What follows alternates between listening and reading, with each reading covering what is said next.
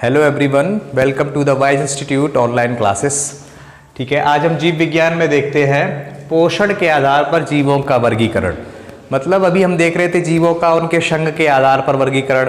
ठीक है, इस चैप्टर में इस टॉपिक में हम देखेंगे कि हम पोषण के आधार पर जीवों का वर्गीकरण कैसे करते हैं, कि वो किस चीज़ से अपना पोषण लेते हैं, उनका पोषण लेने का तरीका कैसा है, वो अपना खाना खुद बना पाते हैं या फिर भोजन के लिए किसी दूसरे पर निर्भर होते हैं। इस प्रकार से हम देखेंगे कि जीवों को कैसे विभाजित किया जाता है। ठीक, तो सबसे पहले जो पोषण के आधार पर जीवों का वर्गीकरण होता है उसमें हम जीवों को दो भागों में विभाजित कर सकते हैं। पहला है स्वपोषी। स्वपोषी का मतलब ऐसे जीव जो अपना भोजन स्वयं बनाते हैं, वो अपने भोजन के लिए किसी दूसरे पर निर्भर नहीं होते हैं। फिर हम अगला देखते हैं परपोषी या विषमपोषी। ऐसे जीव जो अपना भोजन स्वयं नहीं बना पाते हैं, वो किसी न किसी प्रकार से अपने भोजन के लिए, अपने पोषण के लिए दूसरे जीव पर निर्भर होते हैं। तो सबसे पहले हम स्वपोषी को देखेंगे। तो स्वपोषी में भी दो प्रकार से हम विभाजित कर सकते हैं। पहला है प्रकाश संश्लेषी। प्रकाश संश्लेषी का मतलब हुआ वे सभी पौधे या हरे पौधे जो अपना भोजन प्रकाश की उपस्थिति से अपना भोजन बनाते हैं। प्रकाश संश्लेषण क्रिया में उसे हम प्रकाश संश्लेषी कहते हैं। जैसे कि हरे पौधे, उदाहरण आप ध्यान से देखेंगे, हरे पौधे नील हरित शैवाल, ब्लू ग्रीन एल्गी, साइनोबैक्टीरिया और डाई एटम, ये सारे के सारे प्रकाश संश्लेषी हैं। ये अपना भोजन या अपना पोषण सूर्य के प्रकाश की सहायता से स्वयं करते हैं, किसी पर निर्भर नहीं होते हैं। और इसी में दूसरा आता है रसायन संश्लेषी। ऐसे जीव जो अपना भोजन रसायन का संश्लेषण करके बनाते हैं, रसायन की सहायता से बनाते हैं। जैसे कि नाइट्रोसोमोनास जीवाणु, सल्फर जीवाणु और लौह जीवाणु, ये कुछ ऐसे जीवाणु होते हैं जो अपना भोजन स्वयं बनाते हैं रसायन का संश्लेषण करके। ठीक, अब हम देखते हैं परपोषी या विषमपोषी। ऐसे जीव जो अपना भोजन स्वयं नहीं बना सकते हैं, अपने पोषण के लिए प्रत्यक्ष या अप्रत्यक्ष रूप से किसी न किसी जीव पर निर्भर होते हैं, उसे हम परपोषी या विषमपोषी कहते हैं। इनको हम तीन भागों में वर्गीकृत कर सकते हैं। पहला है पूर्णभोजी। पूर्णभोजी को होलोजोइक न्यूट्रिशन भी कहा जाता है। इसका अर्थ क्या होता है, पूर्णभोजी में जो जीव आते हैं वो अपने भोजन को पूरा का पूरा निगलते हैं। पहले उसको पूरा निगलते हैं ठोस पदार्थ के रूप में, उसके बाद उसको अवशोषण करते हैं और उससे पोषण प्राप्त करते हैं। ठीक है, जैसे कि मनुष्य भी हो गया, ये भी पूर्णभोजी में ही आता है। तो इसको अगर हम और विभाजित करें तो इसके तीन भाग हो सकते हैं। पहला हो जाएगा इसका शाकाहारी, दूसरा हो जाएगा मांसाहारी और तीसरा है सर्वाहारी। दोबारा देखिए, पूर्णभोजी का मतलब होता है ऐसे जीव जो अपने भोजन को पूरा का पूरा निगल लेते हैं, उसके बाद उससे अवशोषण करके ऊर्जा और पोषण प्राप्त करते हैं। तो इसमें तीन प्रकार से हम बांट सकते हैं। शाकाहारी, शाकाहारी का मतलब वे जीव जो अपना भोजन पेड़ पौधों से प्राप्त करते हैं और उनको पूरा का पूरा खाते हैं, उसके बाद कॉम्प्लेक्स फॉर्म में लेते हैं, उसके बाद उसको सिंपल सॉल्युबल सब्सटेंसेस में चेंज करके उससे पोषण प्राप्त करते हैं। ठीक है, शाकाहारी के उदाहरण आप जानते हैं, गाय भैंस बकरी, ये सब शाकाहारी जानवर में आते हैं। उसके बाद मांसाहारी भी पूर्णभोजी होते हैं। इसी प्रकार सर्वाहारी जो घास और मांस या फिर पौधों से प्राप्त होने वाले उत्पाद और जंतुओं से प्राप्त होने वाले उत्पादों दोनों को खा सकते हैं। जिस प्रकार से कौवा हो गया, कुत्ता हो गया, ये सब सर्वाहारी जंतु के अंतर्गत आते हैं। इसके बाद है परजीवी। परजीवी में ऐसे जीव आते हैं जो अपना भोजन स्वयं नहीं बना सकते और अपने पोषण के लिए किसी दूसरे जीव पर निर्भर रहते हैं, उनके शरीर से अपना पोषण प्राप्त करते हैं और उसको नुकसान पहुंचा सकते हैं। जैसे कि हो गया जूं, जूं हो गया, जोंक हो गई, विषाणु हो गया।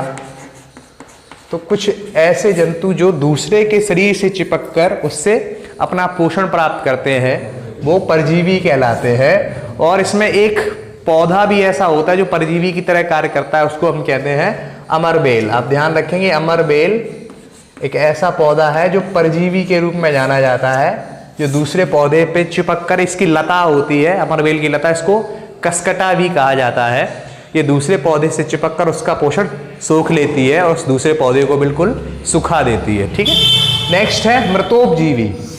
ऐसे जीव जो अपना भोजन मरे हुए जीवों से प्राप्त करते हैं, उन्हें हम मृतोपजीवी कहते हैं। जैसे कि कवक हो गया, ठीक है, जो सड़ी गली चीज़ें जो मर चुके होते हैं उनसे अपना भोजन प्राप्त करते हैं। ठीक है, इसी में गिद्ध हो सकता है। गिद्ध क्या करता है, अपना भोजन मरे हुए जानवरों से प्राप्त करता है। ठीक है, तो ये सैप्रोफाइट या फिर मृतोपजीवी कहलाते हैं। इसके बाद हम देखते हैं एक अलग तरीके का पोषण होता है, इसको कहते हैं सहजीविता। सहजीविता लाइकेन में पाई जाती है। अब इस सहजीविता का अर्थ क्या है? सहजीविता का मतलब ये हो गया कि दो जीव आपस में एक दूसरे के साथ मिलकर रहते हैं, ऐसे संबंध में रहते हैं कि दोनों एक दूसरे से लाभान्वित होते हैं, किसी को नुकसान नहीं होता है। ठीक है, और ऐसे ही अपना पोषण प्राप्त करते हैं। तो सहजीविता का हम सबसे अच्छा उदाहरण देखते हैं लाइकेन। लाइकेन जो है कवक और शैवाल का एक मिश्रण है। कवक और शैवाल का आपसी संबंध है, सहजीवी संबंध है। इसमें क्या होता है, जो शैवाल होते हैं, लाइकेन में जो शैवाल होते हैं वो उसे भोजन प्रदान कराते हैं, और कवक जो होता है वो शैवाल को रहने के लिए आश्रय देता है। आप दोबारा से ध्यान से सुनेंगे, लाइकेन में कवक और शैवाल का सहजीवी संबंध होता है। इसमें शैवाल का कार्य होता है कवक को भोजन देना, और कवक का कार्य होता है शैवाल को आश्रय प्रदान करना। ठीक है, लाइकेन। अब लाइकेन के बारे में बात करते हैं। लाइकेन जो है वो वायु प्रदूषण का सूचक माना जाता है। वायु प्रदूषण का बहुत अच्छा सूचक माना जाता है। जिस स्थान पर वायु में सल्फर डाइऑक्साइड की मात्रा अधिक होती है, सल्फर डाइऑक्साइड की मात्रा अधिक होती है, वहाँ पर लाइकेन नहीं पाए जाते हैं। इसका अर्थ ये हुआ कि लाइकेन नहीं पाए जाते हैं तो उस जगह की, उस स्थान की जो वायु है वो प्रदूषित है, इस वजह से वहाँ पर लाइकेन नहीं उगा है। ठीक है, तो लाइकेन को हम वायु प्रदूषण का सूचक मानते हैं। और लाइकेन से ही एक इंडिकेटर होता है जिसको हम कहते हैं लिटमस पेपर, जो कि एसिड और बेस का पता लगाने के लिए बनाया जाता है, तो लाइकेन से ही प्राप्त होता है। ठीक, अगला हम सहजीवी संबंध देखते हैं। जैसे मान लीजिए किसी भैंस की पीठ पर एक बगुला बैठा हुआ है, तो वो भी एक सहजीवी संबंध हुआ। भैंस की पीठ पर बगुला बैठा हुआ है, सहजीवी संबंध कैसे हुआ? क्योंकि जो बगुला होता है वो भैंस की पीठ पर बैठकर उसके कीड़े को, उसमें जो पैरासाइट्स लगे होते हैं उन्हें खाता है, भोजन प्राप्त करता है, और जो उससे भैंस को भी क्या फायदा है, भैंस की सफाई हो जाती है, उसके शरीर से पैरासाइट हट जाते हैं और बगुले को उसका भोजन मिलता है। ठीक है, तो इसको हम समझेंगे ये सहजीवी संबंध है। इसी प्रकार जो दलहनी फसलें होती हैं जिनमें फलियां लगती हैं, उनकी जड़ों में राइजोबियम बैक्टीरिया पाया जाता है। वो क्या करता है, जो दलहन पौधा होता है वो बैक्टीरिया को रहने के लिए जगह देता है, और दलहनी और जो राइजोबियम बैक्टीरिया होता है वो उसको पौधे के लिए वायुमंडल की नाइट्रोजन को नाइट्रेट और नाइट्राइट के रूप में स्थिर करता है, जो कि जमीन की उर्वरकता बढ़ाता है। ठीक है, ये तो था हमारा सहजीवी संबंध। अब हम कुछ प्रमुख तथ्य देखेंगे जो इस चैप्टर से रिलेटेड हैं, उन तथ्यों के बारे में थोड़ा सा जानेंगे।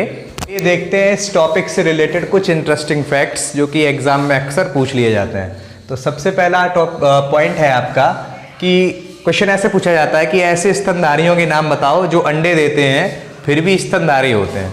तो दो जीव ऐसे होते हैं, पहला है डक बिल्ड प्लेटिपस और दूसरा है एकिडना। डक बिल्ड प्लेटिपस और एकिडना ऐसे स्तनधारी है जो अंडे देते हैं। ठीक है, एकिडना को आंट ईटर भी बोला जाता है। ठीक है, ध्यान रखेंगे आप। अब नेक्स्ट पॉइंट है कि सबसे छोटा पक्षी कौन सा होता है? तो सबसे छोटा पक्षी होता है हमिंग बर्ड। हमिंग बर्ड सबसे छोटा पक्षी हमिंग बर्ड होता है। इसकी एक खासियत और होती है हमिंग बर्ड की, ये अपने पंखों को पीछे की दिशा में चलाकर पीछे की डायरेक्शन में भी उड़ सकता है। ठीक, नेक्स्ट है सबसे बड़ा पक्षी कौन सा होता है? तो इसका आंसर है शुतुरमुर्ग।